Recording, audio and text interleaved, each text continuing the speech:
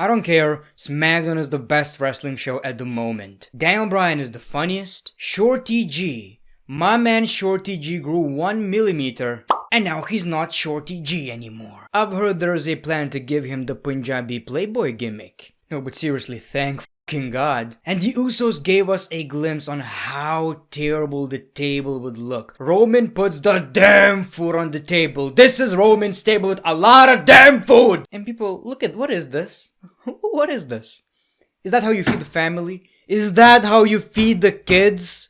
With a lot of food that you eat with beer? My boy, these are snacks. And where's the damn Coca-Cola? And my Hell in a Cell predictions video is irrelevant anymore because WWE decided to give us another match. Fair enough. It's Otis versus The Miz for the briefcase. How The Miz got that match? We got a bribe and JBL took it. People say it's money. No, it's not. JBL is a cowboy. It's cow shit. Damn! What is going on, people? Welcome back to the channel. I've got some good news. I'm a puppy now. I'm a dad. A couple of days ago, my wife gave birth to a beautiful baby boy. I haven't seen the baby yet, only in pictures, you know, it's pandemic, so I can't really visit. I think I'll see the baby in a couple of days. Very excited. I have a lot of Patreon videos, so I'll take a short break. I think I'll still record Hell in a Cell pay-per-view. I'll try, but I'm a happy man. I know 7 gameplay videos might get boring, but I hope you guys understand, you know, I'm trying to spend some time. I don't think I'll want to make videos except for that Hell in a Cell pay-per-view review. I think I'll do it. We'll see. But yeah, people, let's talk about SmackDown. First of all, it's a minor thing, but I do appreciate the change in lighting. A little bit of yellow-orange really makes this arena feel a bit more alive. I know it's a stupid thing to compliment, but I really like this. And by the way, before we start with the review, SmackDown has been amazing. Love this show. One of the best shows of the year in my opinion. This should have been called season premiere of SmackDown. The last week's episode was just okay. This episode was awesome, so let's talk about it. The show kicks off with the Kevin Owens show. He's glad to be on SmackDown and the special guest was Daniel Bryan. It was actually a pretty cool segment in my opinion. You can see the passion in Daniel Bryan. I know it's scripted, but you can really see that Daniel Bryan truly cares. You know, he says he wants to make the Intercontinental Championship look important. He wants to make sure this championship is being defended every week, which is basically, you know, a dig at Sami Zayn. Kevin Owens says, you know what, we should be a tag team. I never held the WWE Tag Team Championships. Daniel Bryan says, well, you betrayed everyone, so that kind of makes sense. Daniel Bryan was really funny in this. Kevin Owens says, we should be called Team Hell KO. Daniel Bryan says, well, your partner would be Kane then. Obviously, then we got a bunch of tag teams like Dolph Ziggler and Robert Roode, the Street Profits, Cesaro and Shinsuke Nakamura, and this turned into a tag team match when Daniel Bryan said, well, let's see how good of a tag team we would be. So, I wasn't thrilled about this match, but it was actually very entertaining. You know, we haven't seen this match before since it's a new roster, so, I mean, I gotta appreciate that. The babyface team won when we got a nice looking frog splash by Montez Ford. This is a thing of beauty. So that was a nice way to open SmackDown, and the show actually kept getting better and better, even though I really like this Daniel Bryan and Kevin Owens promo. So let's talk about this Law and Order segment. Basically, it was court, we got Ron Simmons, we got JBL as the judge, and it was all about who takes the Money in the Bank briefcase. It was actually pretty decent. I didn't like it at first, seemed goofy. And I mean, it remained being goofy, but at least it got a bit more entertaining. We got a bunch of these superstars making cameos, expressing their opinions on this whole situation. One of the highlights of this was Otis saying, well, I won the briefcase, so I think I should keep it. And everyone was like, yeah, that's a great point. Which it is. This whole thing should not exist. I'm just saying, yes, it didn't make sense, but at least it was entertaining. The Miz was like, I'm getting attacked every week, you know, emotionally, physically. And JBL made sense by saying, well, you're a WWE superstar. That's your job description. Anyway, this whole thing almost ended when JBL was about to say that Otis won the case, but we got a bribe. It was money. JBL quickly changed his mind. The Miz won, but The Miz didn't get the briefcase. Otis versus Miz, Hell in a Cell, winner takes the briefcase.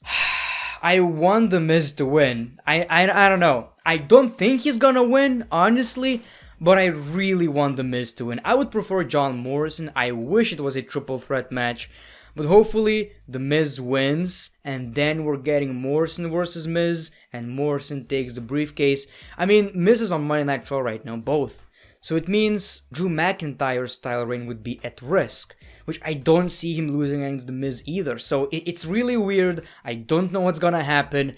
I'm just saying, it was entertaining, as goofy as it was. We got Bianca Belair versus Zelina Vega, both new additions to SmackDown. That was pretty decent. I wish we didn't get Zelina Vega losing again, which happens way too much right now. But Bianca Belair won. She had a nice looking SmackDown attire.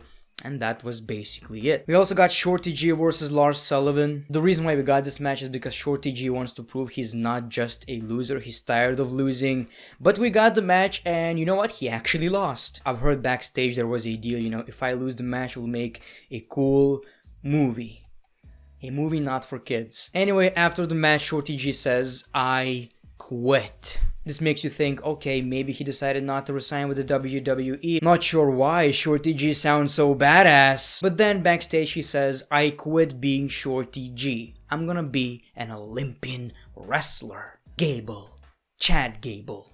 We all knew it's not gonna work. It's silly, it's stupid. Imagine calling Kurt Angle some, I don't know, Baldy A. So that's good. Another highlight of SmackDown. This show just keeps getting better and better. So last week Bayley didn't sign the contract. So in this segment, Sasha Banks made Bayley sign the contract. That was actually pretty good, effective. I believe this Hell in a Cell match has so much potential, dude. We got Seth Rollins versus Murphy. Oh my god. But finally we got the match. I wish it happened at a pay-per-view, but then again, we always say that, but we want good matches on SmackDown and Raw as well. Like, we're watching this show for wrestling. Give us some great fucking wrestling, and that's what it was. A match of the year candidate in my opinion. This was fucking awesome, dude. There's just something about Murphy. Every time he's facing someone big, someone like Roman Reigns, Daniel Bryan, right now Seth Rollins, it's always a great match. I honestly believe this guy has potential to become the face of the company one day. This dude is too good to fail. So we got the match, and of course Seth Rollins won with that. Damn, that was a great curb stomp. What a sell. Then he decided to attack Murphy. We got Aaliyah, who before the match didn't do anything bad. Ray, get off her. She's straight edge. She doesn't drink. She doesn't smoke. She's just watching a bit of Murphy. Dad, I'm just watching Murphy. Obviously, we got Dominic. Then we got Rey Mysterio. And no one knows how to feel anymore. They don't trust Murphy, but obviously Aaliyah does. And obviously, he's a changed man. I believe the story is coming to an end. It's been great. Looking back, a very long-ass story. Had some ups, had some downs. But for the most part, good job. And it's actually getting better right now, which is weird, right? It's kind of more interesting now than it was before with all this Murphy versus Rollins stuff. If we're gonna get more of these matches, I don't mind seeing the storyline continuing. We got Sami Zayn and Daniel Bryan. And Sami Zayn doesn't appreciate Daniel Bryan saying that the Intercontinental Championship should be defended every week. It's not your business, Bryan. Bryan versus Sami. We're about to get a lot of great matches in the WWE. SmackDown is phenomenal. So this show is basically full of highlights. I don't really see anything that negative, and it's already about to end. This show left me wanting more.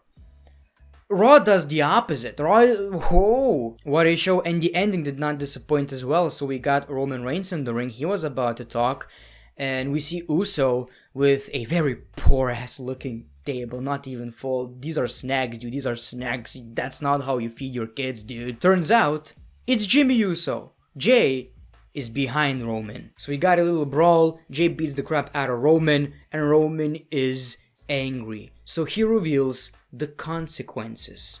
If I lose the match, I lose the Universal Championship, but I can deal with that. If you lose, you're out of the family. Your brother is out too since he decided to get involved. You're out of the family. You're out of the family, your kid's out of the family, your kid's kids are out of this family, so the stakes are high. I don't understand why Roman is not gonna be out of the family if he loses. I'm not wearing a vest anymore, so they respect me. I also like how Roman's voice just changed completely. This guy is amazing. Remember us for 6 years saying this guy sucks?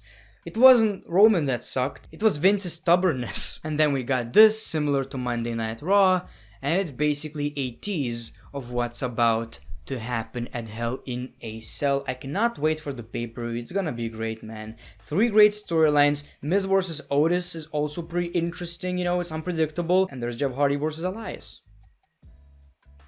So, I guess to kinda fix my video, I gotta make my prediction on Otis versus Miz. My prediction is, I don't know, man. I guess Otis is retaining. Maybe they just want to end the storyline, so I guess Otis is retaining. I just had to make a review of this show because this was probably my favorite WWE show of 2020. Thank you very much, The Great One. Peace, love, and hugs. It's been a pleasure.